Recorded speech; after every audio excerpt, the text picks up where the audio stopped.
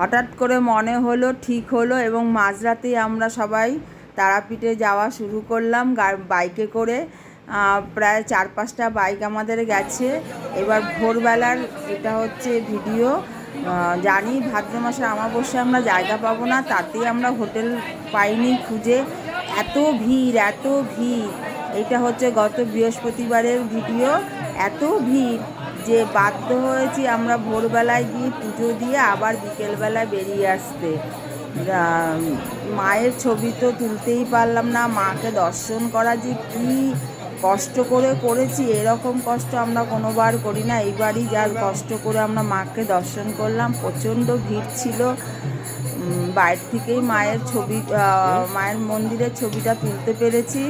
তাও তো ফোন নিয়ে ঢুকতে দিচ্ছে না, ক্যামেরা নিয়ে ঢুকতে দিচ্ছে না। এক জায়গায় অনেক রিকোয়েস্ট করে ঢুকে শুধু মায়ের মন্দিরের ছবিটা শুধু তুলতে পেরেছি। এই দেখো, এই বাঁশ বাঁধা হচ্ছে, এখনও প্যান্ডেল কমপ্লিট হয়নি। তাতেই সবাই আগের থেকে গিয়ে মাকে পুজো দিয়ে আসছে, কারণ জানে ভাদ্র মাসে অমাবস্যাতে মায়ের মন্দিরে জায়গা পাবো না বলে।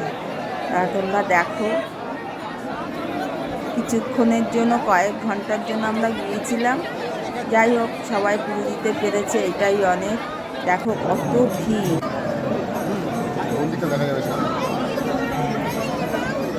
হ্যাঁ,